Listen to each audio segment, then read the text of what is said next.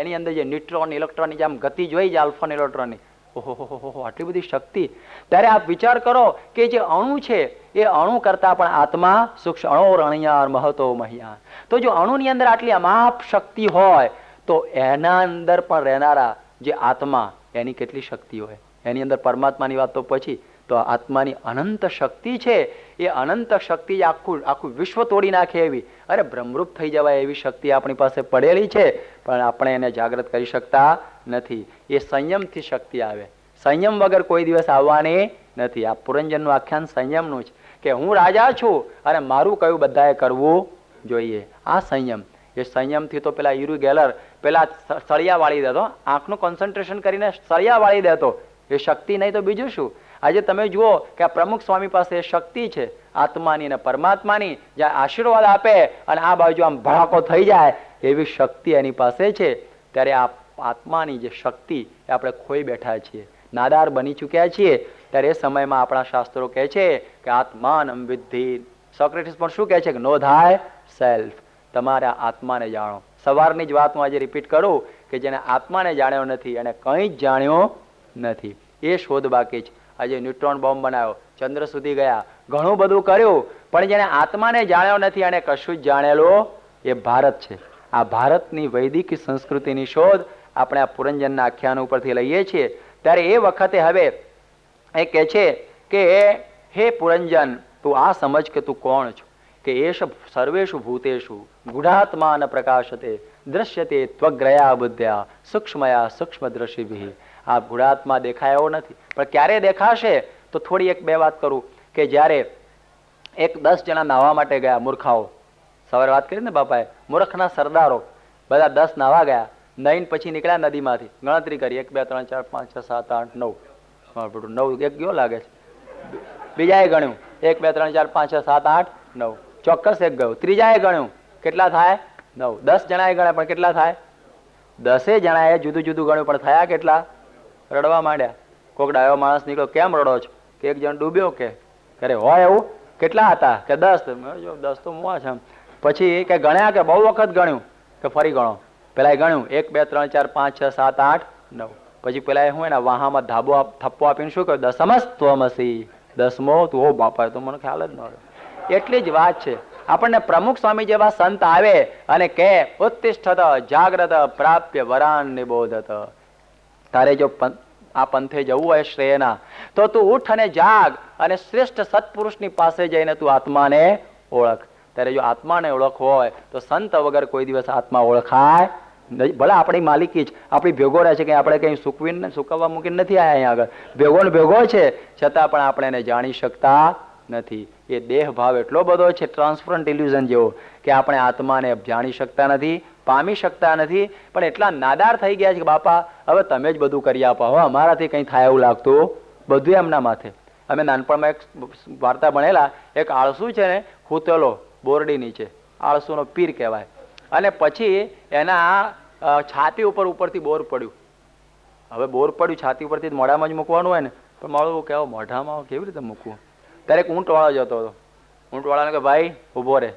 શું છે? કે નીચે ઉતર. પેલા કે માંદો પડ્યો. પણ ભાઈ એના ઉપરથી મારે બેહાડવું, ઊંટને ઉતરવું ચડવું બહુ કઈ ઇમ્પોર્ટન્ટ કામ છે, મોસ્ટ ઇમ્પોર્ટન્ટ. પેલા મનો થયો કે હાર્ટ એટેક આવે છે શું આને? એ કે તું હેઠો ઉતર.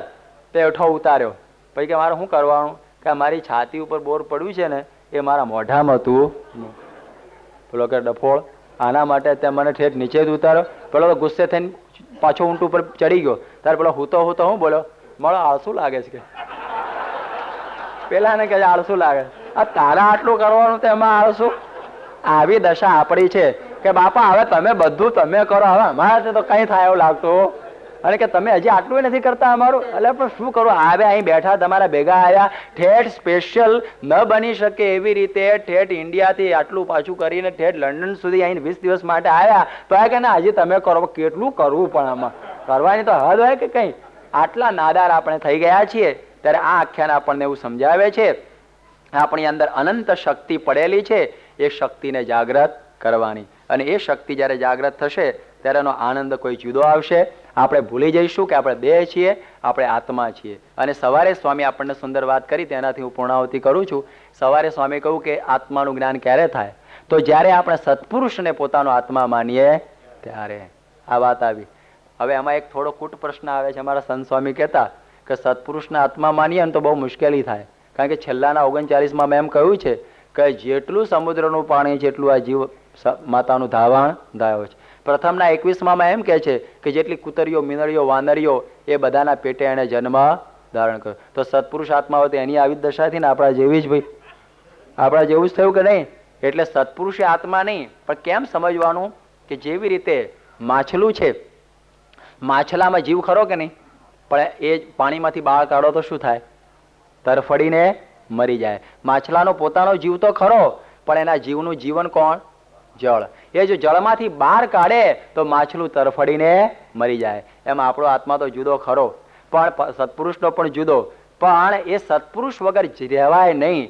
જેમ માછલાને જળનું જીવન છે એવી રીતે આપણું જીવન પ્રમુખ સ્વામી બની જાય તો સમજવું પ્રમુખ સ્વામી આપણો આત્મા. પછી 84નો ફેરો ટળે રે નહીં. આ રીતે આપણે આત્મબુદ્ધિને પ્રીતિ કરવાની. નહીં તો કહે છે કે આજ મારો આત્મા તો પછી પેલું ચક્કર એને લાગે હો.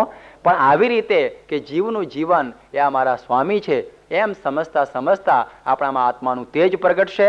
અને આત્માના તેજમાંથી પછી આપણે પરબ્રહ્મ પરમાત્મા પુરુષોત્તમ નારાયણની પરાભક્તિનો પરિકાર કરીશું. અને પછી આ ચક્કરમાંથી આપણે છૂટી જઈશું. એટલે ભૂલી જાઓ કે આપણે પુરંજન પણ નથી, મહેદરભી પણ નથી, કશું જ નથી. આપણી અંદર આવી અમાપ અને અફાટ શક્તિ છે. એ શક્તિને જાગૃત કરવા માટે આ પુરુષનો અખંડ પ્રયત્ન છે. એ આપણામાં જાગૃત થાય તો સમજવું કે ચતુર્થ સ્કંદ પૂરો થયો કહેવાય. સયાન સ્વામી મહારાજ ઉપનિષદની એક ટીકામાં કહ્યું છે કે ક્ષેત્રે નિહિતમ હિરણ્ય નિધિમ અજ્ઞાત્વા ઉપરી ઉપરી સંચરતી. કોઈ માણસ હળ લઈને જમીન ખેડતો હોય અને એને ખબર ના હોય કે આ મારી જમીનને નીચે સોનું દાટેલું છે. આખી જિંદગી એ હળ લઈને પૂરી કરતો હોય છે, પણ વચ્ચે એને કોઈ કહી દે કે તારા ખેતરની અંદર તો સોનાના ચરુ દાટેલા છે, પછી એ હળ નહીં હાંકે, એ ખોદવા માંડશે અને એની અંદરથી એ સુવર્ણ કાઢશે અને એનાથી એ પોતે સુખી થશે. આવી જ વાત આત્માની શોધમાં હોય છે કે અનંત સુખ આપણી અંદર રહેલું છે. આપણા જે આત્માનું સુખ અને એના કરતાં પણ અતિ અધિક એવું પરમાત્માનું સુખ, એ બધું આપણી અંદર રહેલું છે, પણ આપણે એને જાણી શકતા નથી. એટલે સુખ આપણે બહાર શોધીએ છીએ અને બહારથી સુખો લેવા માટે આપણે પ્રયત્ન કરતા હોઈએ છીએ, પણ એ સુખો આપણને મળતા નથી. જેમ માણસ જ્યારે કંટાળે ત્યારે સિનેમા જોવા જતો રહે, કંઈક ટીવી ઓન કરી દે, કંઈક આ પ્રમાણે બારમાં જતો રહે, કંઈક પાના રમવા જતો રહે, કંઈક બીજું કંઈક ખાવા પીવા માટે જતો રહે. એને એમ થાય છે કે પદાર્થની અંદરથી હું કંઈક સુખ મેળવી લઉં. ઘણા લોકોને તો એટલું બધું સુખ પદાર્થોનું હોય છે કે એમાંથી પણ કંટાળતા હોય છે, પછી કંઈક કૃત્રિમ સુખ ઉપર જાય છે. આજકાલ જે LSDની ગોળીઓ, હમણાં જ એક ભાઈ આવેલા જેને હેરોઇનની બહુ મોટી ટેવ છે. એક દિવસનું કહે છે 120 પાઉન્ડનું એ હેરોઇન લઈ લે છે. 2 ગ્રામની એટલી કિંમત છે.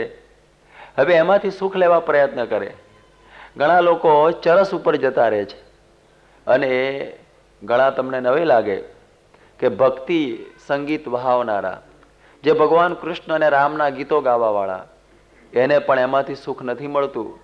એટલે ગાંજાની ચલમો પી પીને પણ એ ભગવાનના ગીતો ગાતા હોય છે. એને એમ થાય છે કે કંઈક આમાંથી સુખ આવે છે. આવા ઘણા ઘણા પ્રયોગો સુખના માટે લોકો કરતા હોય છે. એટલે જ્યારે બહુ પૈસા આવી જાય, બહુ સુખ આવી જાય, એને ભોગવવા છતાં સુખ ન મળે એટલે પછી જેને આવું કહે છે ને પરવર્ટેડ સુખ, કે એક જુદી જ પ્રકારનું વિકૃત સુખ એ પ્રાપ્ત કરવા માટે પ્રયત્ન કરે છે. અમે નેપાળમાં ગયેલા ત્યારે નેપાળની અંદર પોખરા લેક છે અને એ પોખરા ગામમાં ફેવા લેક છે અને તેની આજુબાજુ જોઈએ તો હજારો પરદેશીઓ ત્યાં પડેલા. અમારા મનમાં કંઈ કોઈ તીર્થ નથી, કોઈ બીજું કંઈ નથી ને આટલા બધા કેમ આવ્યા હશે? ત્યારે ખબર પડી કે બધા ચરસ પીવા માટે 10-10 હજાર માઇલથી નેપાળમાં આવે છે અને એ ગાંજાની જેમ એ ચરસ પેલી ચલમોમાં નાખી અને ફૂંકતા પરદેશીઓને જોયા. 6-6 મહિના 12-12 મહિના ઝૂંપડાઓમાં પડે રહે છે કે આમાંથી કંઈક સુખ મેળવી લઈએ. જુઓ કેવો પ્રયત્ન કરે છે લોકો સુખ મેળવવા માટે. લોકોને એમ થાય છે કે સારું ઓઢવાનું મળે, સારું ખાવાનું મળે તો એમાંથી કંઈક સુખ હોય. પુરુષને એમ થાય કે સારી સ્ત્રી મળે તો એમાંથી સુખ હોય. સ્ત્રીને એમ થાય કે સારો પુરુષ મળે તો એમાંથી સુખ હોય. સુખ આપણે આ બહાર શોધવા માટે આ પ્રયત્ન કરીએ છીએ. જેમ ઉપનિષદ આપણને સમજાવે છે કે નવારે પતિ કામાય પતિ પ્રિયો ભવતી, આત્મનસ્તુ કામાય પતિ પ્રિયો ભવતી. પત્નીના માટે પતિ એ પતિ છે એટલા માટે એને પ્રિય નહીં, એ બહુ રૂડો રૂપાળો છે એટલા માટે, પણ પોતાના આત્માને લઈને એ પતિ સારો લાગે છે. પતિ ગમે એટલો સારો હોય પણ જો એ સ્ત્રીનો પોતાનો આત્મા પોતામાં ન હોય તો પછી એને કંઈ વસ્તુ સારી લાગે નહીં. મળદાની આગળ તમે ગમે એટલી સારી વસ્તુઓ મૂકી દો, રોલ્સ રોયસ ગાડી મૂકી દો, સરસ પ્રકારનું ખાવાનું મૂકી દો, પણ એ બધી વસ્તુઓમાંથી એને સુખ આવશે નહીં, કારણ કે એ ભોગવનારને પોતાનો આત્મા નથી. એટલે જે કંઈ બધું સારું લાગતું હતું 15 મિનિટ પહેલાં, એ બધું આપણા શરીરમાં જે આત્મા હતો એને લઈને એ બધી વસ્તુઓ સારી લાગતી હતી. અને જો વસ્તુમાં સુખ હોય તો પછી જ્યારે માણસ મરી જાય તો પણ વસ્તુઓ સુખ આપતી હોવી જોઈએ, પણ એની એ વસ્તુઓ સુખ નથી આપતી કારણ કે ભોગવનારનો આત્મા નથી. એટલે ઉપનિષદ કહે છે કે નવારે સર્વસ્વ કામાય સર્વમ પ્રિયમ ભવતી, આત્મનસ્તુ કામાય સર્વમ પ્રિયમ ભવતી.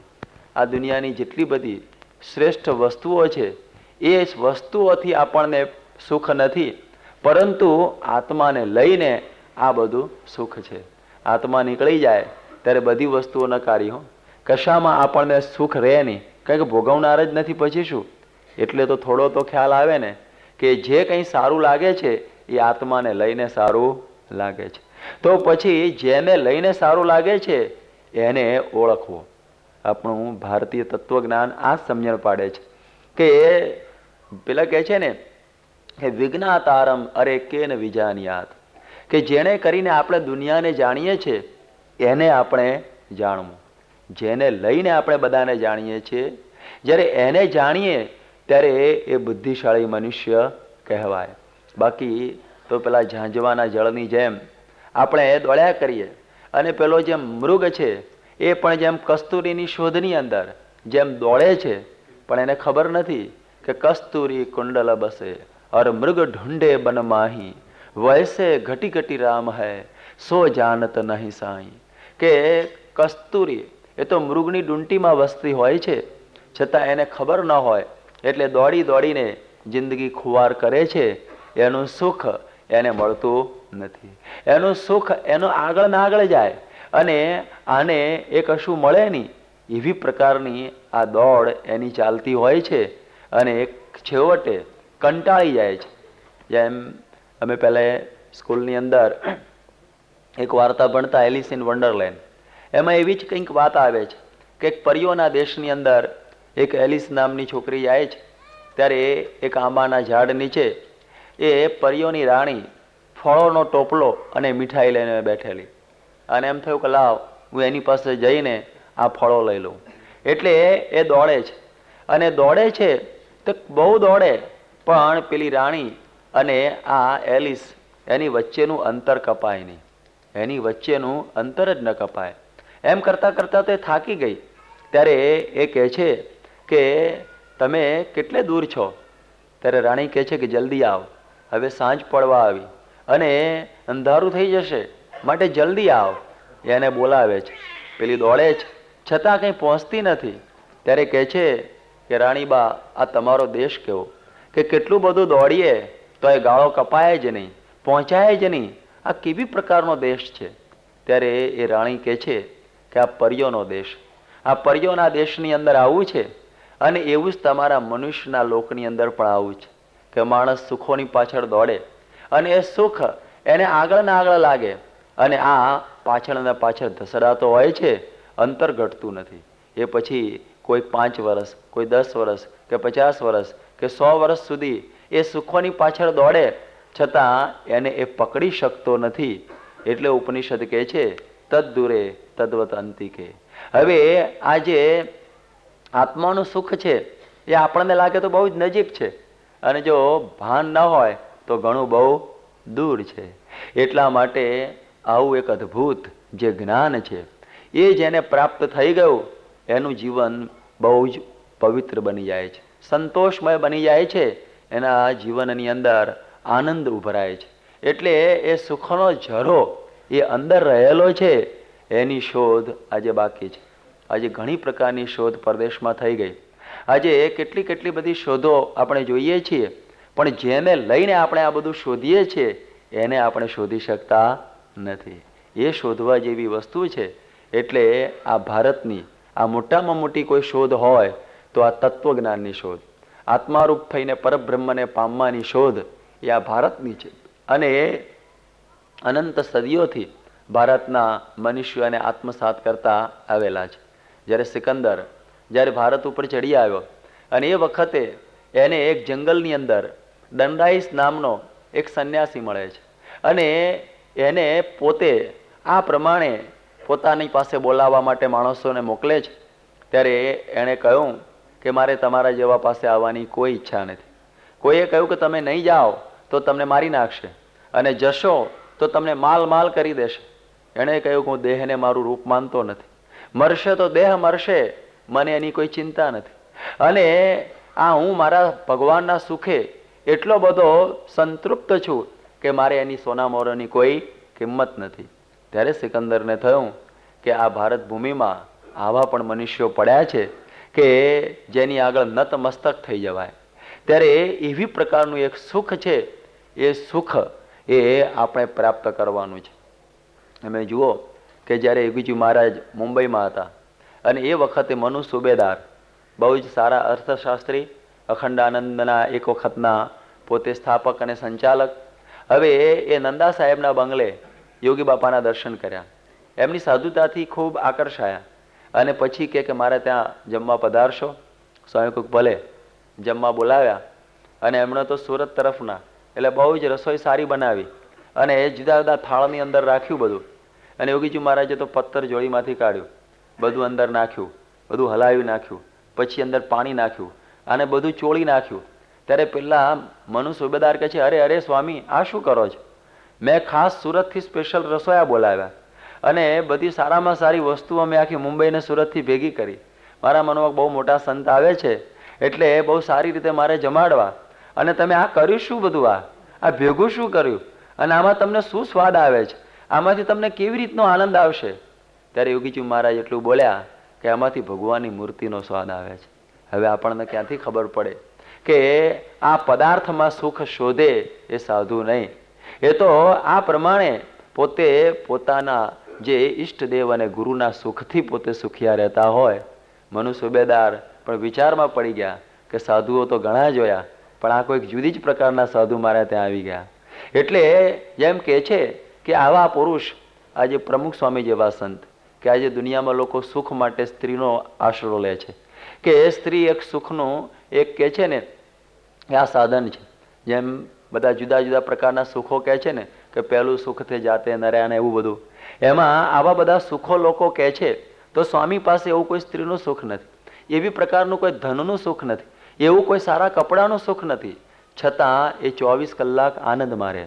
અને આપણી પાસે આટલું બધું જ હોય છતાં આ દિવસમાં 10 વખત દિવેલ પીધું હોય એવું મોઢું થઈ જતું હોય છે. ઘણા લોકોને બધું જ હોય છતાં એનો મૂડ ન હોય. આપણે પૂછીએ શું થાય છે કે ખબર નથી પડતી કે આનંદ નથી લેવો. ઘણાને કેમ દુઃખ છે એનો ખ્યાલ ન હોય કે કેમ તમને શું થાય છે જ ખબર નથી પડતી કે મને શું થાય છે, પણ મને કંઈ બહુ મજા આવતી નથી. આવા બહુ માણસો છે આજે કે કોઈ પણ કારણ વગર ડુઈંગ ફોર નથિંગ દુઃખી થતા હોય એવા પણ માણસો તમને બહુ મળશે. સ્વામી પાસે આવે છે બધા, એટલે આપણને થોડો ખ્યાલ કે મારે બીજું કશું નથી, પણ બસ મને બસ આવું જ છે. હવે એની દવા ક્યાં કરવી? હવે તમે જુઓ કે આ સ્વામીને આવા આ લોકના કોઈ સુખ નથી, છતાં એ આનંદની અંદર રહે છે. ત્યારે કયું સુખ? એ આ પરમાત્માનું સુખ. ત્યારે એ સુખની શોધ આપણે કરવાની છે. અને સ્વામી એમ કહે છે કે આ મારા એકલા માટેનું સુખ નથી. એ કહે છે આપણે બધા આ પ્રાપ્ત કરી શકીએ એવા છે. એકે એક જીવ પ્રાણી માત્ર એ બ્રહ્મરૂપ થવા માટે સર્જાયેલો છે. એ બ્રહ્મરૂપ થવાની સ્વરૂપ યોગ્યતા લઈને જ આવેલો છે. છતાં એ જીવ નાદાર થઈ બેઠો છે કે મારાથી તો કંઈ થઈ શકે એવું લાગતું નથી, મારાથી તો કંઈ ન થાય. એટલો પાણીમાં બેસી ગયો છે કે એની વાત છોડી દો. ગઈકાલે પુરંજનનું આખ્યાન વાંચતા હતા, એની અનુસંધાનની મેં આપને વાત કરી કે એ પેલો જીવ એવો નાદાર બની ગયો કે હું તો કંઈ ન કરી શકું, મારાથી તો કંઈ ન થઈ શકે, અને પોતે આ લોકના દુઃખોની અંદર દુઃખી થતો હોય છે. પેલા સુખ ઉપર એને કોઈ દિવસે વૃત્તિ જતી નથી. એટલા માટે આપણે જોઈએ છીએ કે કેવા આપણે આ દેહની અંદર એવા રસબસ થઈ ગયા છીએ કે આપણને ખબર જ નથી પડતી કે આવું પણ કંઈક સુખ હોઈ શકે.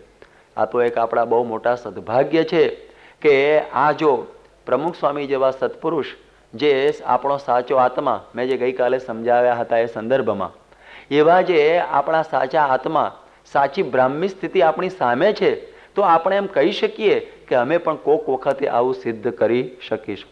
પણ જો આવા પુરુષ હોત જ નહીં તો પછી કેવળ કથા વાર્તા કરીને દિવસો પૂરા કરવાના હોત. પણ આવા પુરુષ આપણી સામે છે, એટલે કહે છે કે તમે પણ આ માર્ગે ચાલી શકશો, તમે પાછા ન પડી જાઓ. પણ આપણને પેલું કેવું થયું છે કે શ્રીજી મહારાજ અગતરાયની અંદર ધોળિયા આંબા નીચે બેઠેલા, અને એક ઢેઢનો છોકરો આવ્યો, અને પછી મહારાજે કહ્યું કે કોણ છો? કે બાપજી હું તો ઢેઢ છું. શ્રીજી મહારાજ કે તું ઢેઢ નથી, તું તો આત્મા છો.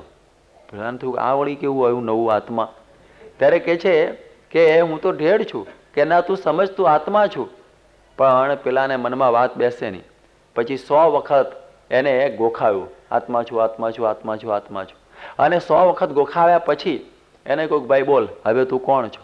ત્યારે પેલો કહે કે મહારાજ તમે મારી પાછળ મંડ્યા છો ક્યારના, એટલે હું આત્મા છું, પણ જો મને સાચું પૂછો તો બાપજી હું તો ઢેઢ છું. શ્રીજી મહારાજ કહે છે કે જુઓ આ છોકરાને હવે ક્યારે સમજાય હું આત્મા છું? એ પ્રમાણે આપણી પર પરિસ્થિતિ એવી થઈ ગઈ છે કે સ્વામી આપણને ઘણી વખત કહે કે આત્મા છીએ, અક્ષર છીએ, બ્રહ્મ છીએ. ગુણાતીતાનંદ સ્વામી પણ વાતોમાં કહે છે કે આવું જ માનું કે હું આત્મા છું, અક્ષર છું, બ્રહ્મ છું. શ્રીજી મહારાજે પણ પરમહંસોને કહ્યું કે હું જાણું છું કે તમે અનાજ વગર ચલાવો, પાણી વગર ચલાવો, તમે વાયુ ભરખી ન રહો, એવા બધા સમર્થ છો. પણ એ બધા કરતા તમે એમ માનો કે માનો ચૈતન્ય રૂપ તમારું, દુઃખ રૂપ દેહ તેથી ન્યારું. કે તમે એમ માનો કે હું ચૈતન્ય રૂપ છું, કે હું આત્મા રૂપ છું, કે આ પણ આત્મા નહીં દેહ. એ સમજણ તમે દ્રઢ કરો. મારે આટલું જ તમારી પાસે કરાવવું છે, મારે બીજું કશું કરાવવું નથી. ત્યારે એ કરાવવા માટે સ્વામી અહીં આગળ પધારેલા છે. પણ આપણે મધ્યના 12 પ્રમાણે નાદાર બની ગયા છે. આપણાથી એમ થાય છે કે અરે મારાથી નહીં થાય. ત્યારે એ નાદારપણું, એ દુર્બળપણું, એ કંગાળપણું કેમ નીકળે? તો મહારાજે વચનામૃતમાં કહ્યું કે ભગવાનનું મહાત્મ્ય સારી પેઠે સમજે, અને એ પ્રમાણે ભગવાનનું એ ધ્યાન કરે, અને એમ કરીને મનને વશ કરે, અને 10 ઇન્દ્રિયોને ભગવાન અને સંતની સેવામાં જોડતો જાય. તો એમ કરતા કરતા એનું નાદારપણું નીકળે, અને પછી એમ થાય કે ઓહો મારી અંદર તો અનંત સુખો રહ્યા છે. એટલે એ સુખનો અનુભવ કરવાની વાત આપણને ચતુર્સ્કંદની અંદર પુરંજનના આખ્યાન દ્વારા આપણે વેદ વ્યાસે સમજાવી.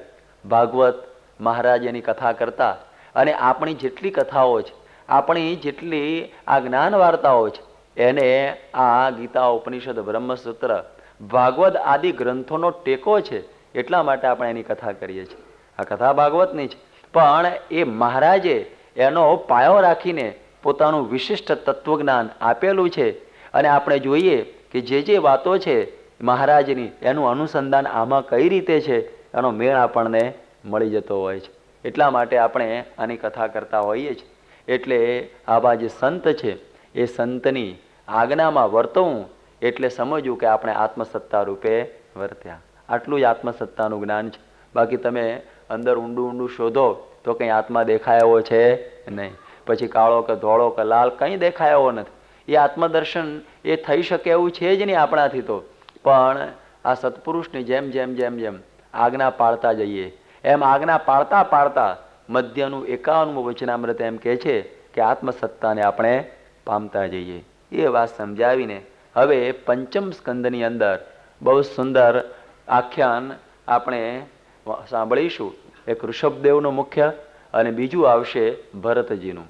શ્રીજી મહારાજ પુરંજનનું આખ્યાન વન વિચરણમાં પોતાની નજર સમક્ષ રાખતા અને બીજું ભરતજીનું. હવે આ ભરતજીના પૂર્વ વંશનું વર્ણન અહીં આગળ કરવામાં આવે છે કે મનુ રાજા અને શતરૂપા મહારાણી. હવે એમના 2 પુત્ર, એકનું નામ ઉત્તાનપાદ અને બીજાનું નામ પ્રિયવ્રત. ઉત્તાનપાદની કથા ગઈ વખતે હેરોલેઝર સેન્ટરમાં થઈ ચૂકેલી છે એના પુત્ર ધ્રુવની કથાના દ્વારા. અને હવે અહીં આગળ આવી રહેલી છે વાત એ પ્રિયવ્રત રાજાની.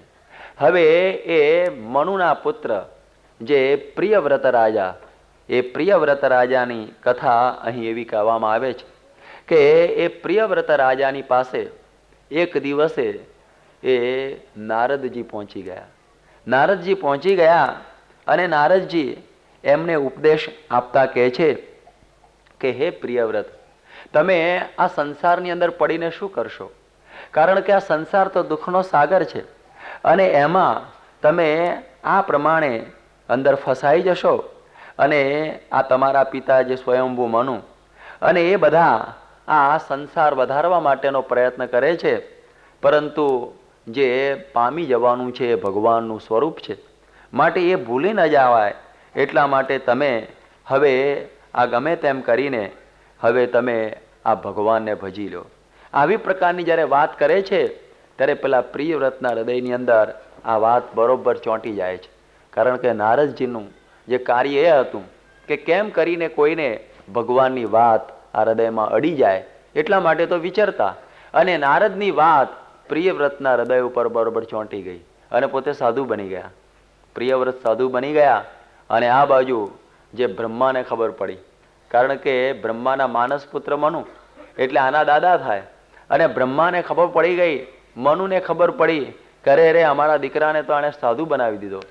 અને ગયા નારદ પાસે કે નારદ, તારે ધંધો કંઈ છે કે નહીં? અમારે એક બાજુ સૃષ્ટિનો વિસ્તાર કરવો છે અને તું આ પ્રમાણે જે તેને સાધુ બનાવવા માંડ્યો છું તો આ કઈ રીતે બધું ચાલશે? માટે એને આ અમે પાછો ગ્રસ્થ આશ્રમમાં લઈ જવા માંગીએ છીએ. નારદજીએ કહ્યું, મેં તો એને શબ્દો કહી દીધા, હવે તમારે જે કરવું હોય એ કરો. અને આ બંને એટલું બધું મંડ્યા. પ્રિયવ્રતને કહ્યું કે તું ગમે તેમ કરીને હવે એ પાછો આવી જા. અને કહે છે કે ગ્રસ્થ આશ્રમ પણ છે અને એમાં પણ ભગવાન ભજાય છે. એવી વાતો એને ખૂબ કહેવા માંડ્યા. પ્રિયવ્રતને એમ થઈ ગયું કે હવે આ બધાનો એટલો બધો આગ્રહ છે કે આ મારે પાછું ગયા વગર છૂટકો નથી. અને એ પોતે પાછા જાય છે. છતાં ભાગવત એનું એવું વર્ણન કરે છે કે પ્રિયવ્રતો ભાગવત આત્મારામ, કે આ પ્રિયવ્રત એ પોતે આત્મારામ હતા, પરમ ભાગવત સંત જેવા હતા. ત્યારે એમ પ્રશ્ન થાય કે ગૃહસ્થ એ સંત કેવી રીતે હોઈ શકે? ત્યારે અહીં પરીક્ષિત ને શુકદેવજી આ વાત સમજાવતા કહે છે કે હે પરીક્ષિત, આ જે પ્રિયવ્રત છે એક વખતે એણે આ વૈરાગનો રંગ લાગી ગયેલો, પછી એ સંસારમાં આવ્યો, છતાં પણ સંસાર એને લોપી શકતો નથી.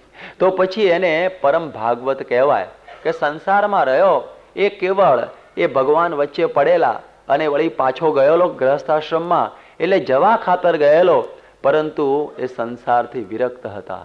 એટલે એને એમ સમજણ પાડતા કહેલું છે કે આ પ્રમાણે જેને આ વૈરાગની ચટકી એક વખત લાગી ગઈ છે, પછી એને કોઈ આશ્રમ બાદ કરી શકતો નથી. પ્રથમનું બીજું વચનામૃત જે ઉત્તમ વૈરાગની વાત કરે છે કે પોતે આજ્ઞાએ કરીને ગ્રહસ્થાશ્રમમાં રહ્યો હોય અને શબ્દ સ્પર્શ રૂપ રસ અને ગંધ એ પંચે વિષયને ભોગવતો હોય, છતાં આસક્તિ રહિત એ જો ભોગવતો હોય તો એને બંધન કરી શકતા નથી. તો ઉત્તમ વૈરાગમાં મૂક્યો એને ગ્રહસ્થને ઉત્તમ વૈરાગની અંદર શ્રીજી મહારાજે પ્રથમના બીજા વચનાવર્તમાં મૂક્યો છે.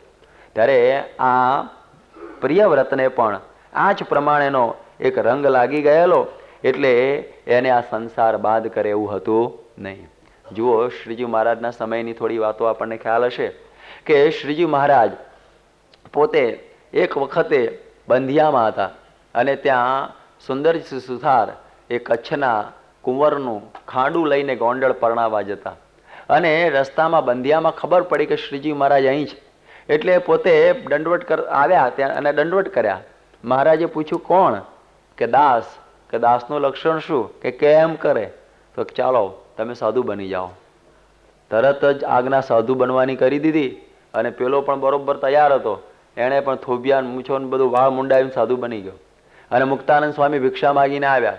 મહારાજે કહ્યું કે આજ તો કચ્છના દીવાનને મૂંડી નાખ્યો અને કચ્છની અને એને કાશીની યાત્રાએ મોકલી દીધેલો છે.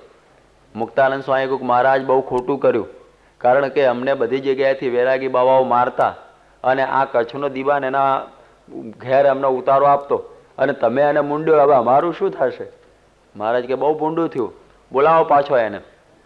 પાછો બોલાવ્યો, દંડવટ કરવા માંડ્યા. કે કોણ? કે દાસ. કે દાસનું લક્ષણ શું? કે કેમ કરે?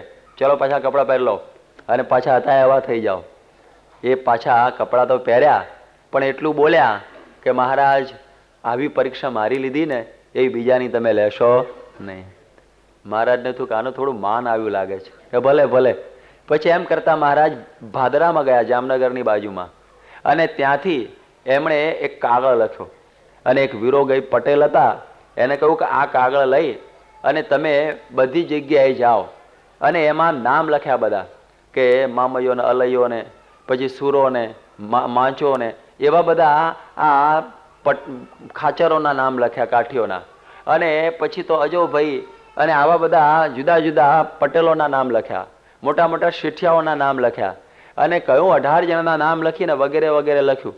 અને પછી કહ્યું એમાં લખેલું કે આ પત્ર મળે ત્યારે તમે જો ખેતરમાં હો તો પછી ગામમાં આવતા નહીં, અને ગામમાં હો તો ઘરમાં જતા નહીં, અને આ કાગળ વાંચી જેતલપુર જજો. અમદાવાદની બાજુમાં જેતલપુર ગામ છે, ત્યાં ભાઈ રામદાસ નામના સાધુ છે, એમની પાસે સાધુની દીક્ષા લઈ અને પછી તમે અમને ભુજની અંદર મળજો. હવે આ એક આટલો કાગળ જ હો. આ કાગળ લઈને પેલો ખેપિયો નીકળ્યો અને જ્યાં પેલો કાગળ કોક વાંચે જેનું નામ હોય તરત ત્યાંથી ઉપડે. એમ કરતા કરતા કરતા 17 જણાનો કાગળ તો થઈ ગયો. અને પછી એ ફરતો ફરતો મેથાણ ગામમાં ગયો, ઝાલાવાડમાં. અને મેથાણ ગામની અંદર એક અજાભાઈ કરીને પટેલ હતા. હવે એમને કાગળ વાંચ્યું. એ વખતે પોતાના ભાણાને પરણાવવા માટે જતા. એના ભાણાનું નામ કલ્યાણદાસ અને એનું ગામ બાજુમાં છે કડુ. હવે એને પરણાવવા માટે જતા ને કાગળ વાંચ્યો અને પછી ભાણાને કહે છે ભાણાભાઈ તમે હવે પરણી લ્યો. કે પણ મામા છે શું? હવે મારે જવાનું છે. પણ કે તમારે ક્યાં? કે મારે પણ એક લગ્ન છે. અરે કે મામા તમારું શું લગ્ન? કે મારે આ કંકોતરી આવી. પછી કે લાવો ને મને વાંચવા દો. કે તારે વાંચવા જેવી નથી. એટલે પેલો કે લાવો તો ખરા. અને પેલો કંકોત્રી વાંચે છે અને કંકોત્રી વાંચી અને પછી કહે છે મામા હવે હું પણ તમારી ભેળો આવું છું. મામા કહેલા તને મીંઢળ બાંધેલું છે, આ તારી જાન કાઢેલી છે, અને આ શું? કે મામા આમાં મારું નામ છે. એટલે આમાં તારું નામ છે નહીં.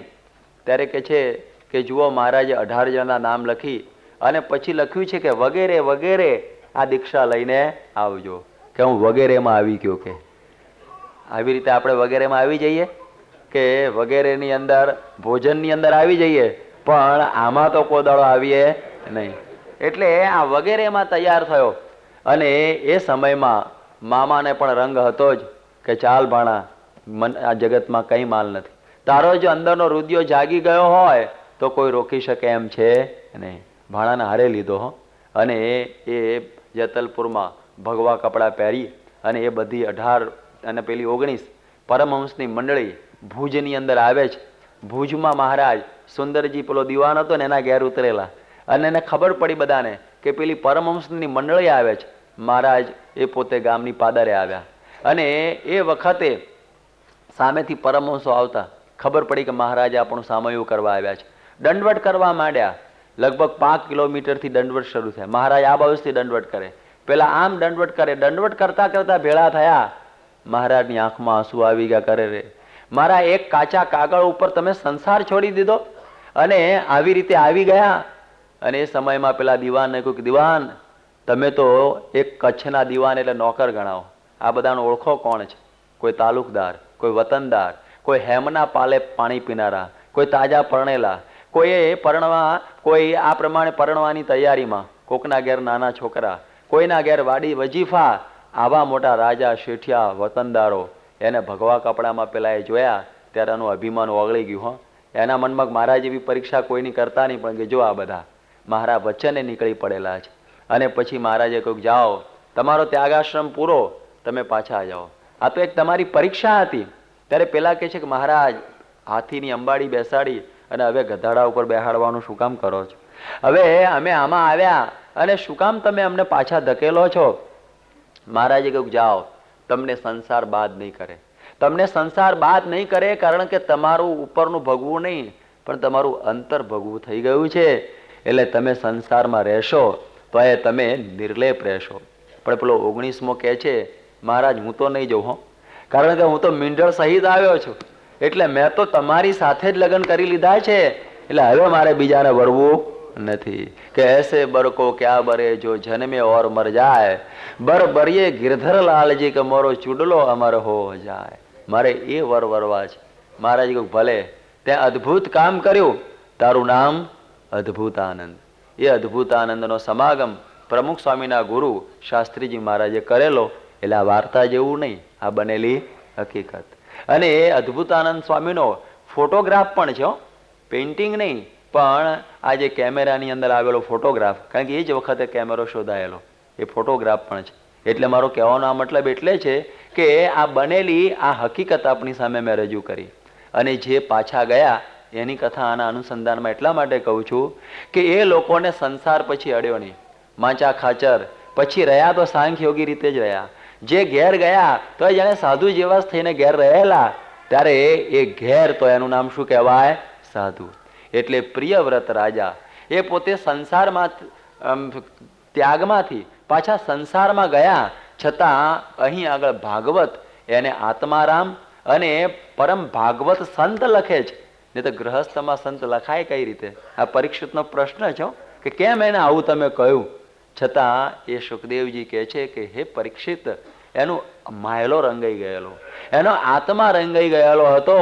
એના કપડાની સાથે સાથે એ બધું રંગાઈ ચૂકેલું. ત્યારે એના એવા ગ્રહસ્થ હોય એનાથી આ પ્રમાણે આ પૃથ્વી પણ આ પ્રમાણે પવિત્ર બનતી હોય છે. ગઈકાલે ભાઈએ વાત કરેલી ને કે આ ડોસાભાઈની વાત, જે બંધિયાના ડોસાભાઈ એ પણ કેટલો બધો વ્યવહાર કરતા. એક વખતે વાણિયાઓ બધા કંઈ લગ્ન પ્રસંગે ગઢડા આવ્યા અને ગઢડાની અંદર મહારાજના દર્શન કરવા ગયા. અને બધા જૈન, આ તો ખાલી કુતૂહલ પરતું મંદિર જોઈને ગયેલા, કારણ કે જૈન તો આવે નહીં. એ જૈનો બધા દર્શન કરવા ગયા અને શ્રીજી મહારાજે પૂછ્યું કયા ગામથી આવો છો મહાજન? કે મહારાજ બંધિયાથી. હો, ઓહો, તો બંધિયામાં મારા ડોસાભાઈ છે, ઓળખો છો? કે કેમ ના ઓળખ્યા, આટલું ગામ છે. અને કે સુખી છે ને? અરે કે શું સુખી મહારાજ, કે આ લગ્નની અંદર આવવાનું હતું તો એ આવ્યા નહીં. એટલો બધો એનો વેપાર ધમધોકાર ચાલે છે કે એક સેકન્ડ નવરા પડતા નથી. મહારાજ કે એવું તો ન હોય. હો, અમારા ભગત તો ભગવાનની ભક્તિ કરતા હોય. અરે કેવું હોય? એ તો વ્યવહારમાં ડૂબી ગયો છે. અમે લોકો ગળા સુધી અને એ ઠેઠ ચોટલી સુધી ડૂબી ગયો છે, દેખાય એવો નથી. ત્યારે કહે છે કે અમે એને સાધુ બનાવીએ તો તમે સત્સંગી થાઓ? કે હા હા થઈ જઈએ અમે સ્વામિનારાયણના સત્સંગી, ભલે જૈન છીએ તો જો તમે એને સાધુ બનાવો તો. એ બને જ નહીં. પણ કે ભલે. મહારાજે ભગુજીને કાગળ લખ્યો અને કહ્યું જાઓ તમે સાંઢણી ઉપર બેસીને, એટલે ઊંટ ઉપર બેસીને, અને જાઓ પહોંચો અને ભગુજીના કાગળ, અરે દોરસાભાઈને કાગળ આપજો. ભગુજીએ કાગળ લઈને ઉપડ્યા અને ત્યાં તો 10 વાગે પહોંચ્યા સવારે બીજે દાડે. અને એ સમયની અંદર એની નાની દુકાન, હજી દુકાન છે ત્યાં આગળ, અને એની આજુબાજુ તો કેટલા બધા ગોળના રવા પડેલા, કેટલા ગાળા છૂટેલા, કેટલા ઊંટ છૂટેલા, કેટલું બધું આ બધી લારીઓ પડેલી.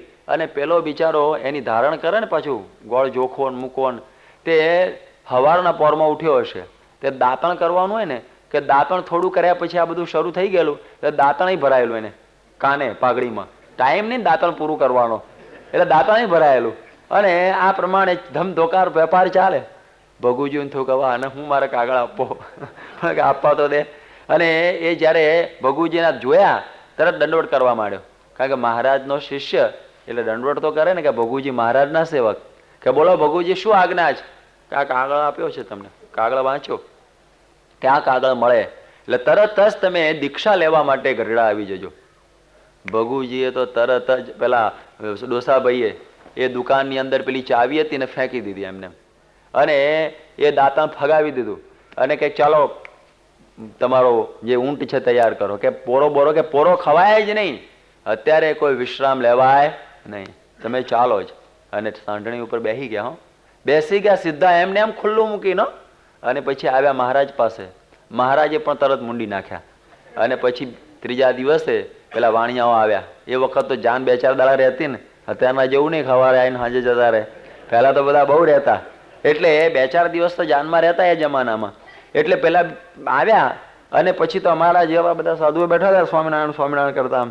ત્યાં પૂછ્યું શ્રીજી મહારાજે કે પેલા સંતને ઓળખો છો? તે પેલા નીચું જોઈને બેઠાલા. પછી કોઈ સંત ઊંચું જોવા તો ઊંચું જો, ઉતાર્યા તો ડોસો. અને બરોબર તૈયાર થઈને બેસી ગયો. એ કહે છે કે આ શું કહેવાય? કે તમે નહોતા કહેતા કે ડોસો ચોટી સુધી ડૂબી ગયો છે, જો સાધુ થઈ ગયો. કે મહારાજ હમણાં આ ખબર નહીં. કે લાવો પાણી, થાવ બધા સત્સંગી. કે મહારાજ અમે જૈન છીએ એટલે સ્વામિનારાયણ તો ન થઈ, અને નાત બાર મૂકે અમને, પણ અમને ગુણ આવી ગયો તમારો ને તમારા ડોસાનો, કે તમે સાચા છો અને તમારો ભગત પણ સાચો છે, કારણ કે એને સંસાર અડેલો નથી. એટલા માટે સાચો ગ્રહસ્થ કોણ કહેવાય? કે પ્રમુખ સ્વામી જ્યારે કહે કે તમે સાધુ થઈ જાઓ, એ વખતે ઘેર પૂછવા ન જાય તો સમજવું કે સાચો ગ્રહસ્થ. આ ગ્રહસ્થની આટલી જ વ્યાખ્યા. તો પછી ગ્રહસ્થ આશ્રમ ગમે એટલો હશે, પછી રોલ્સ રોય ગાડી હશે તો પણ તમને બાદ કરશે નહીં, મોટામાં મોટો બંગલો હશે તો પણ બાદ કરશે નહીં, છોકરાઓ બૈરા હશે તો પણ બાદ કરશે નહીં. આ પુરુષ આપણને આજ્ઞા કરે કે તમે તત્કાળ મૂકી દો. જે કહે છે ને તત્કાળ પરમહંસ થા, વચનામૃતમાં કહેલું છે, તો તરત થઈ જાય, તો પછી એ સાચો ગ્રહસ્થાશ્રમ.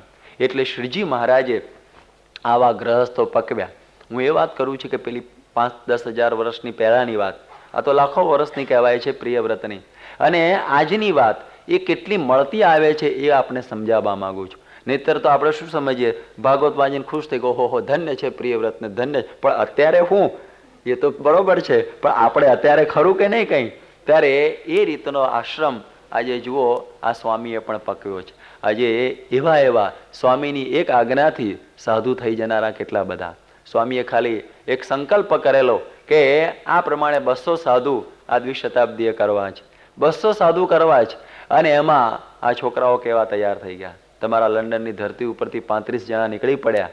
ત્યારે આનું નામ કહેવાય કે આ સંસાર કે આ લંડન એને કોઈ બાદ કરી શકે એમ નથી. ત્યારે એ પુરુષ આ બધું આ ભાગવત આપણને સાકાર કરી આપે. બાકી તો પછી કથા કરી અને શ્રીપતિમાં જ કરવું પડે, બીજું તો કશું હોય નહીં. હવે એ પ્રિયવ્રતને પછી એમને દીકરા થયા, અને એમાં આગ્નિદ્ર નામનો દીકરો થયો. મેં ગઈકાલે વેનની વાત કરેલી ને, એના જેવો જ નમૂનો આ, કે તદ્દન વિષય લંપટ. જેમ કે છે ને અગ્નિનો દીકરો કોલસો, એના જેવો આ પાક્યો. એને ને ધર્મને કંઈ લાગે વળગે નહીં એવો આગ્નિદ્ર રાજા પોતે પાકેલો છે. અને એને પણ રાત્રિ દિવસ વિષયોની અંદર જ પોતે લંપટ રહેતો, બીજું કંઈ કરવાનું જ નહીં. એને બસ સ્ત્રીઓની સાથે પડ્યો જ રહે, અને એનું રાજ્ય ક્યાં ચાલે છે અને શું ચાલે છે એવું કશું પડેલી જ નહીં. પહેલાના સમયના રાજાઓ ઘણા આવા હતા કે કેવળ વિષયોની અંદર ડૂબેલા રહેતા અને બીજું કશું પ્રજાનું ધ્યાન રાખતા નહીં. એવી જ પ્રકારનો આ આગ્નિદ્ર રાજા થયો કે વિષયની સારું વલખા માર્યા જ કરવા મળ્યો. આટલું બધું ભોગવે છતાં એને શાંતિ થાય નહીં.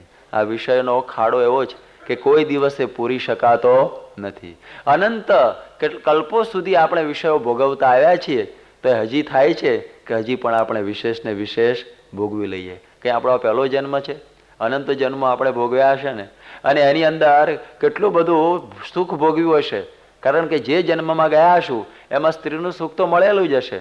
ત્યારે એ બધું મેળવવા છતાં હજી પણ આપણને તૃપ્તિ થયેલી નથી. એટલે એ આગ્નિદ્રની પણ એવી દશા હતી કે એને આ વિષયોની પાછળ એ પોતે પાગલ બની ગયેલો. રાત્રિ દિવસ ક્યાં જતી રહે ખબર ના પડે. એક વખતે કંડુ નામના ઋષિ હતા અને એક નદી કિનારે બેઠેલા, અને પદ્મા નદીના કિનારે, અને પ્રમલોચા નામની એક કોઈ અપ્સરા ત્યાંથી નીકળી. એને જોઈને એ પોતે કંડુ ગંડુ જેવા બની ગયા, પાગલ બની ગયા, અને કહે છે તું મારી સાથે લગ્ન કર. એણે લગ્ન તો કર્યું અને એના આસક્તિમાં એવા પડી ગયા કે પછી દિવસ ક્યારે ઉગે છે અને રાત્રિ ક્યારે થાય છે એ ખબર ન પડે. રાત દિવસ એક થઈ ગયો. અને એક દિવસે કંઈક ઉઠેલા સવારે અને સૂર્યોદય જોયો ત્યારે કહે છે અરે અરે મારે સંધ્યા કરવાની રહી ગઈ. પેલી પ્રમલોચા કહે છે કે આવી તો અનંત સંધ્યાઓ ચાલી ગઈ, તમે ક્યાં દાડા કરી છે? ત્યારે કે અરે અરે આ વિષયની અંદર મને આ પણ ભાન ના રહ્યું, મારું નિત્ય કર્મ કરવાનું. પાછી વૃત્તિ વાળી અને વળી પાછા પોતાના તપમાં ગયા. આ વિષયનો પ્રવાહ એવો છે કે એની અંદર માણસ બધું ભૂલી જતો હોય છે. એવી પરિસ્થિતિ એ આગ્નિદ્રની થયેલી, અને એ આગ્નિદ્ર એ વિષયોની અંદર લેલીન થઈ ગયેલો. તમે જોજો ઘણા મનુષ્યો તમને એવા મળશે કે જેને જીવનમાં કંઈ ખબર જ ના હોય, ખાઓ પીવો અને વિષય ભોગવવા એ સિવાય બીજું કશું સમજતા જ ના હોય, અને દુર્લભ સુખ એ માનતા હોય કે આ સુખ જ દુર્લભ છે, અને અહીંયા આગળ આવી શકતા ના હોય, અહીંયા આગળ એને આવવાનું મન જ ન થાય. એવી પ્રકારનો આગ્નિદ્ર વિષયની સારું વલખા મારે. એને કહે છે ને કે વિષયની સારું આ વલખા મારતા હોય છે. આટલી બધી સંપત્તિઓ હોવા છતાં પણ એને તૃપ્તિ થઈ શકતી નથી. પહેલાના રાજાઓ તમે જુઓ ને કેટલી બધી રાણીઓ રાખે, કે એને આટલી બધી એક રાણીથી તો ઘણું થઈ જાય, તો એ 5, 10, 25, 100, 200 રાણીઓ રાખતા હોય. એ બધું શેના માટે? કે બસ વિષયો ભોગવો ભોગવો અને ભોગવો. ખંભાતના નવાબ હતા, એને પૂછે કે તમારી રાણીઓ કેટલી? તે કે પૂછો દીવાનને, હું ક્યાં ટોટલ રાખવાનો રહો છું, ખબર જ ન હોય કે કેટલી રાણીઓ છે. હવે એવાય બધા પડેલા હોય કે આમ ને આમ એનું જીવન એમાં જ એ મોજ શોખની અંદર જીવન થતું હોય. પછી એની પરિસ્થિતિ બહુ ખરાબ થાય. જ્યારે શરીરની શક્તિ ક્ષીણ થઈ જાય, શરીરનું તેજ ક્ષીણ થઈ જાય, ત્યારે પરિસ્થિતિ કેવી ખરાબ થાય જુઓ. એ વખતે પછી એવો દુઃખી થાય કે એની વાત છોડી દો, પછી તો એને શાંતિ કોઈ જગ્યાએ મળી શકે નહીં. જેમ કે છે ને કે ઝેરના લાડવા ખાવા સારા લાગે, પણ પછી શું કરે? ગળું પકડતું હોય છે. એટલે તમને આ વિષય ભોગવવા શરૂઆતમાં સારા લાગે, પણ પછી એની જે પરિસ્થિતિ છે ને બહુ જ વિકટ બનતી હોય છે. ભલે ગમે એટલા વિષય આસક્ત હશે, 5, 50 વર્ષની 60 વર્ષની ઉંમર થઈ હોય, પછી જ્યારે આસક્તિ તો રહે પણ ઇન્દ્રિયો કામ ન કરતી હોય ત્યારે એની માનસિક સ્થિતિ બહુ ખરાબ થતી હોય છે. એટલે એ કહે છે ને કે આમાં કંઈ સુખ છે નહીં. જે વાસનાઓમાં કોઈ દિવસ સુખ નથી. એટલે તો ગીતા કહે છે કે આ પૂર્યમાણ મચલ પ્રતિષ્ઠા સમુદ્રમાપ પ્રવિશંતિ યદ્વત તદ્વત કામાયમ પ્રવિશંતિ સર્વે સશાંતિમાપ્નો તિન કામ કામી. કે જેવી રીતે સમુદ્ર પાણીથી ભરચક હોય અને એની અંદર જે કંઈ આવે એ પછી એને ટકરાઈને બહાર નીકળી જાય ને, કારણ કે પોતે પરિપૂર્ણ છે. એટલે સમુદ્રમાં આપહ પ્રવિશંતિ સર્વે, બધા વિષયો અંદર ઘૂસી જાય, એ પછી બીજું કંઈક કષ્ટ ન કરી શકે. પણ જે આ પ્રમાણે કામનાઓથી જે પોતે પીડાતો હોય અને પછી એને કોઈ દિવસે શાંતિ થઈ શકતી નથી. એટલે કહે છે ને ભગવાનના સુખે પરિપૂર્ણ રહીએ તો પછી આ જગતના સુખો કોઈ દિવસ ભોગવવાની ઈચ્છા થાય નહીં. પણ આપણે જગતના સુખોથી ભરેલા છીએ એટલે દુઃખી થઈએ છીએ. એટલે જે કામનાઓની ઈચ્છા કરવા વાળો કોઈ દિવસે સુખ પામતો નથી. આટલી બધી સ્ત્રીઓ હોવા છતાં આગ્નિદ્રને સુખ થયું નહીં. આટલી બધી સ્ત્રીઓ હોવા છતાં ન થયું. જુઓ કેવું બધું આશ્ચર્ય જેવું છે કે એને સુખ જેવી કોઈ વસ્તુ મળી જ નહીં. તમે જુઓ એ લોકો કેવા બધા હોય છે, કેવા બધા પાગલ બની જતા હોય છે કે આ સ્ત્રીના સુખની પાછળ કે એને દુર્લભ માની અને એની પાછળ આ દોડ દોડ દોડ કરતા હોય છે. આવી પરિસ્થિતિ હવે આ અગ્નિદ્ર રાજાની થયેલી. એને પાછો વાળે કોણ? ઇન્દ્ર જેવો રાજા, જેની કથા તો આપ બધા જાણો છો કે એની પાસે કેટલી બધી અપ્સરાઓ, શચી જેવી ઘેર પોતાને રાણી, છતાં ગૌતમની સ્ત્રી અહલ્યા એનું રૂપ જોઈને પાગલ બન્યો. અને એ ઇન્દ્ર ચંદ્રની સાથે મસલત કરી અને એમ થયું કે આપણે ગમે તેમ કરીને આ સ્ત્રીનો ભોગ કરવો. એટલે ચંદ્રને કહ્યું તું કુકડો બની અને કુકડે કુ કરજે. એટલે ઋષિ ગૌતમ એમ સમજશે કે બ્રાહ્મ મુહૂર્ત થયું એ પછી નાવા જશે, પછી હું ઘરમાં ઘૂસી જઈશ. ચંદ્ર કુકડો બનીને કુકડેકું કરે છે રાતના 2 વાગે. અને એ વખતે ઋષિ એમ સમજ્યા કે સવાર થવાનું હશે. હવે એ પોતે નદીએ નાવા જાય છે બગલમાં મૃગચર્મ મારીને, અને એ વખતે બિલાડો બની અને ઇન્દ્ર ઋષિના આશ્રમમાં ઘૂસી જાય છે.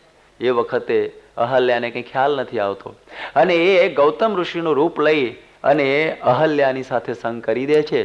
અને જ્યાં ઋષિ જળમાં ગયા નદીએ, ત્યારે જળ બોલ્યા કે અત્યારે તમે ક્યાં આવ્યા? અત્યારે આ વેળા છે નહીં. ઋષિ ધ્યાનમાં ઉતરીને જોયું કે ગરબડ. તરત જ આવ્યા અને જોયું તો આ બધી ગરબડ થયેલી, અને પેલો ચંદ્ર વચ્ચે કુકડો બનેલો, એને પેલું મૃગચર્મ ફટકાર્યું એટલે ચંદ્રમાં કલંક રહી ગયો. કે છે ને કલંક છે ચંદ્રમાં, એ કલંક. અને આ બાજુ પેલા ઇન્દ્રને કહી દીધું, પેલો મેંદળો થયેલો, કે તું એક યોનિના સુખ માટે આવું કુકર્મ કર્યું, તારા આખા શરીરે યોની કહેતા ભગ નીકળશે. 5 પરુ આતે 1000 યોની તારા શરીરે નીકળશે. અને એ ઇન્દ્રને પછી પેલા કમળના વનની અંદર હજારો વર્ષો સુધી પડી રહેવું પડ્યું, અને દુઃખ અને દુઃખ એને પ્રાપ્ત થયું. જુઓ આ સુખ. એટલા માટે આ વિષયના વલખા મારવામાં આવી દશા થતી હોય છે. આવી પ્રકારે માણસો દુઃખી થાય છે. એક વખતે માણસા ગામની અંદર મહાનુભાવાનંદ સ્વામી ગયેલા, શ્રીજી મહારાજના પરમહંસ, અને કથા વાર્તા કરતા હતા કે આ સ્ત્રીઓના સંસર્ગ, આ જે પુરુષે સ્ત્રી ને સ્ત્રીએ પુરુષ, એમ ન સમજવું કે સ્ત્રી જ માયા છે. આમ સમજવું કે સ્ત્રી માટે પુરુષ અને પુરુષ માટે સ્ત્રી. વચ્ચે જે મૈથુની ગ્રંથિ છે એ જ માયા છે. સ્ત્રી પણ માયા નથી અને પુરુષ પણ માયા નથી, પરંતુ એ બંને વચ્ચે જે મૈથુની ભાવ છે એનું નામ શું કહેવાય છે? વાસના. એટલે એ રીતે કહે છે કે બધા પુરુષો બેઠેલા કે તમારે આ પ્રમાણે નિયમમાં રહીને ભક્તિ કરવી. જે પોતાની એક સ્ત્રી છે એને આ પ્રમાણે શાસ્ત્ર પ્રમાણે એની સાથે રહીને સંસાર ચલાવો. ત્યારે એક વાળંદ એ કહે છે કે મહારાજ આ બધી વાતો રવા દો. જે માણસ છે ને તો ભ્રમર કેવો કહેવાય. ભ્રમર એ તો જુદા જુદા પુષ્પો ઉપર બેસીને સુગંધ લે. પેલા કે હવે આને શું કહેવું ભ્રમરને? એટલે મહાનુભાવાનંદ સ્વામી તો કંઈ બોલ્યા નહીં. અને આને આવી ટેવ આવી ખોટી. તે એક વખતે મંદિરની બાજુમાં એક દરબારનું ઘર હતું, અને પેલો દરબાર કંઈ બહાર ગયેલો એટલે આ વાળંદ એ દરબારના ઘરમાં ઘૂસેલો, અને એની સ્ત્રીની સાથેનો એને સંસર્ગ હતો. અને એ જ સમયમાં પેલા દરબાર આવી ગયા રાત્રે, અને એને ખબર પડી કે આ વાળંદ મારા ઘરમાં ઘૂસ્યો છે.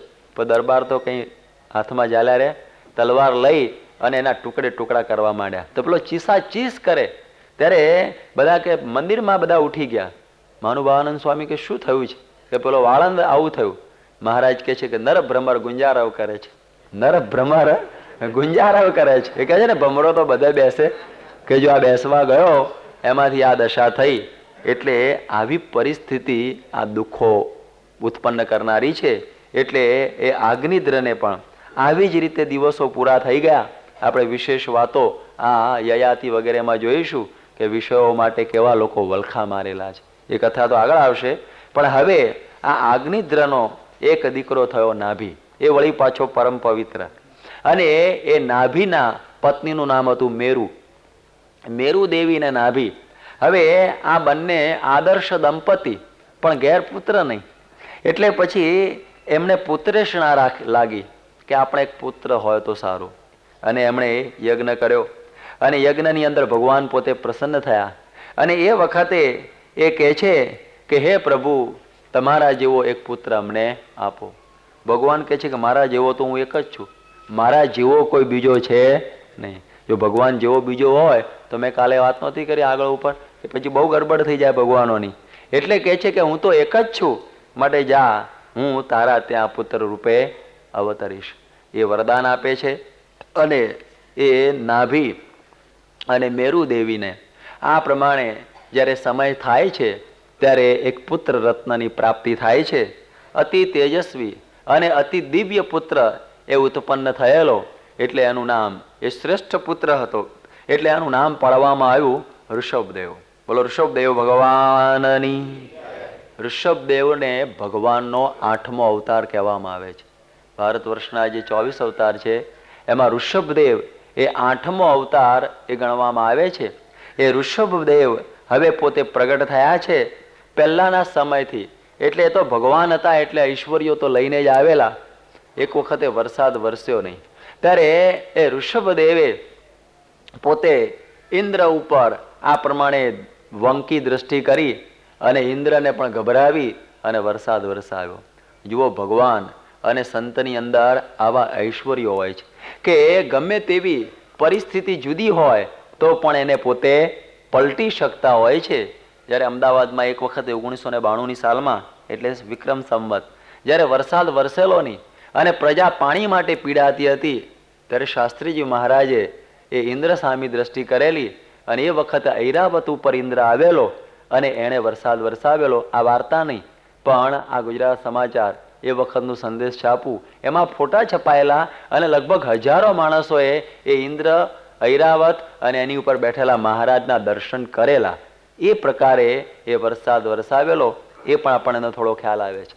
એટલે આ રીતે અહીં આ વરસાદ વરસ્યો, પૃથ્વી આ લીલી થયેલી છે.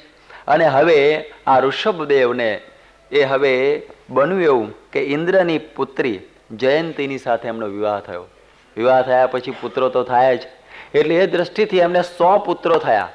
ઋષભદેવના 100 પુત્રો. હવે આ 100 પુત્રોની અંદર જે 9 પુત્રો હતા, એ 9 પુત્રોને તો પહેલાથી જ રંગ લાગી ગયેલો ભગવાનનો, જેને જન્મજાત રંગ હોય છે ને, એ 9 પુત્રો એ 9 યોગીશ્વર કહેવાયા. એની કથા એકાદશ સ્કંદમાં વિશેષ કરીશું. પણ આ 9 યોગીશ્વરો એ તો પોતે ભગવાનમય જીવન જીવવા માંડ્યા. અને પછી હવે ઋષભદેવને એક ઈચ્છા થઈ કે મેં પણ ઘણા વર્ષો સુધી રાજ્ય કર્યું, હવે મારી એવી એક ફરજ છે કે મારે હવે ચાલ્યા જવું વાનપ્રસ્થ થઈને સંન્યસ્તમાં. એટલે હવે આ હું મારા પુત્રોને બેસાડીને કંઈક ઉપદેશ તો આપતો જાઉં, કારણ હું પિતા છું. પિતાની ફરજ એ છે કે પુત્રોને કંઈક ઉપદેશ આપવો જોઈએ. એટલે બધા પુત્રોને બેસાડ્યા. પેલા 9 તો એ વૈરાગના રંગવાળા હતા. પછી બીજા બધા જે 91 બેઠેલા, એ બધાને કહ્યું કે સાંભળો, અને બધા પુત્રોને બેસાડીને જે ઉપદેશ આપે છે, એ ઉપદેશ દરેક પિતાએ પોતાના હૃદયની અંદર ધારવા જેવો છે. એ કહે છે પોતાના પુત્રોને કે નાયમ દેહો દેહભાજામ નૃલોકે કષ્ટાન કામાન નરહતે વિડભુજામ્યે તપો દિવ્યમ પુત્રકાયેન સત્વમ શુદ્ધ્યેદ્યસ્માત બ્રહ્મ સૌખ્યમ ત્વનંતમ. હે પુત્રો, તમે મારી વાત સાંભળો કે આ મૃત્યુલોકની અંદર જે તમને મનુષ્ય શરીર પ્રાપ્ત થયેલું છે, એ કેવળ વિષય ભોગ ભોગવવા માટે આ તમને શરીર પ્રાપ્ત થયેલું નથી. જો કેવળ વિષય ભોગ ભોગવવા માટે જો શરીર પ્રાપ્ત થયેલું હોય તો આ વિષ્ટા ખાનારા, આ જે ખરાબ વસ્તુઓ ખાનારા જે આ ભૂંડ છે, એને પણ દેહ તો મળેલું છે. તો જો આ દેહ કરીને જો આ વિષયો જ ભોગવવાના હોય તો મનુષ્ય દેહના ભૂંડના દેહની અંદર કોઈ ભેદ નથી. એટલા માટે આ તમારો જે દેહ છે, એ દેહે કરીને તમારે દિવ્ય તપ કરવું જોઈએ. તપથી તમારી ઇન્દ્રિયો અને અંતઃકરણ પવિત્ર થશે અને એને કરીને તમે બ્રહ્માનંદને પ્રાપ્ત કરશો. જે પરબ્રહ્મનું જે સુખ છે એને તમે મેળવશો. આ નાનો શ્લોક છે પણ બહુ ઊંડાણવાળો છે. એ આપણને એ કહે છે કે હે પુત્રો, આ જે મનુષ્ય દેહ એ બહુ મોંઘો છે. આ મનુષ્ય દેહ આપણને મળેલો છે ને, એ કંઈ સામાન્ય મળેલો નથી. આજે તો વસ્તી એટલી બધી વધતી જાય છે, એ લોકો એમ સમજે કે તો એક જન્મ છે ને એક મરે છે, એમાં શું બહુ મોટી વાત છે. એવું નથી હો. આપણને જે આ મનુષ્ય દેહ મળ્યો છે, બહુ સાયન્ટિફિક રીતે પણ જોઈએ તો આ પહેલવેલો નથી મળ્યો. અનંત બધી આપણે પ્રક્રિયાઓમાંથી પાસ થઈને આ મનુષ્ય દેહની અંદર આવીએ છીએ.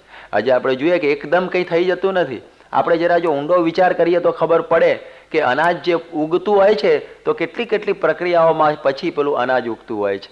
એની પાછળ પ્રોસેસ જોઈએ તો બહુ લાંબો થાય. એવી રીતે આ મનુષ્ય દેહ પણ અતિ મોંઘો છે. યોગી બાપા બહુ સાદું દ્રષ્ટાંત દેતા કે એક વખતે શ્રી કૃષ્ણ ભગવાને અર્જુન જતા હતા અને એ વખતે શ્રી કૃષ્ણ ભગવાનને અર્જુને પૂછ્યું કે પ્રભુ, મનુષ્ય દેહ ક્યારે મળે? ત્યારે શ્રી કૃષ્ણ ભગવાને કહ્યું, જો ભાઈ, 400 ગાઉ લાંબી અને પહોળી એક વાવ હોય અને એક માથોડું ઊંડી હોય, અને પછી એ વાવને ઉલેચવી હોય ત્યારે આપણા માથાનો મોવાળો કહેતા વાળ, એના 4 ફાડિયા કરીએ. વાવના 4 ફાડિયા, કેટલા મોટા સૂક્ષ્મ પેલું પેલાથી, અને એ 4 ફાડિયામાંથી એક ફાડિયું લઈ અને પેલી વાવમાંથી આમ પાણી ઉલેચી, આમ આમ આમ આમ આમ, અને એ પછી જયારે વાવ ઉલેચાઈ રહે ને એટલે મનુષ્યનો દેહ મળે. પેલો કે આવા ગપ્પા મારો એના કરતા ન મળે એમ કોને, ન મળે એમ કેમ કહેવાય? આટલા બધા આંટા મારે છે ને લોકો